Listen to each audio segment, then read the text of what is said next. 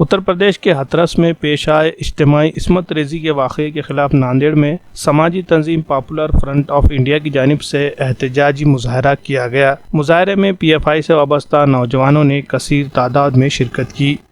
हाथरस के वाक़े को मुल्क में ख़वातीन पर हो रहे जुल्म की एक अलामत के तौर पर पेश किया गया। ख़ास तौर पर उत्तर प्रदेश में बिगड़ती हुई लॉ एंड ऑर्डर की सूरत हाल पर मुजाहिरीन ने तशवीश का इजहार किया और इसके लिए उत्तर प्रदेश योगी हुकूमत को तनकीद का निशाना बनाया। हाथरस जैसे वाक़यात दोबारा रूनुमा न होने पाए, इसके लिए कड़े कदम उठाने की और मुल्ज़िमीन को जल्द से जल्द फांसी की सज़ा देने का मुतालबा किया गया।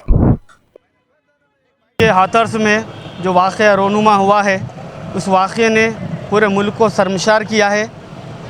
हम देख रहे हैं जब से योगी सरकार इख्तिदार में आई है, आए दिन जाओ तो वहाँ पर इज्तिमाई अज़मत ज़ेरी, गैंग रेप जैसे वाक़यात रोनुमा हो रहे हैं और योगी सरकार इन वाक़यात को रोकने में पूरी तरह नाकाम साबित हो रही है।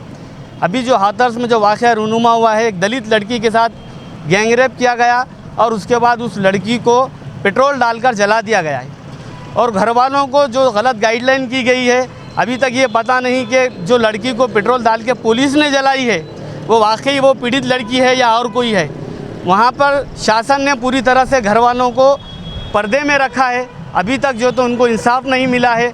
पॉपुलर फ्रंट ऑफ इंडिया की जानिब से आज मुल्क भर में मुजाहरा हो रहा है। मुतासरा लड़की को इंसाफ के लिए जगह जगह पर प्रदर्शन हो रहे हैं। हम हुकूमत से ये ऐलान करते हैं कि जो लड़की के साथ नाइंसाफ़ी हुई है, उन रेपिस्ट को कड़ी से कड़ी सज़ा दी जाए और उनको घर वालों को इंसाफ दिया जाए।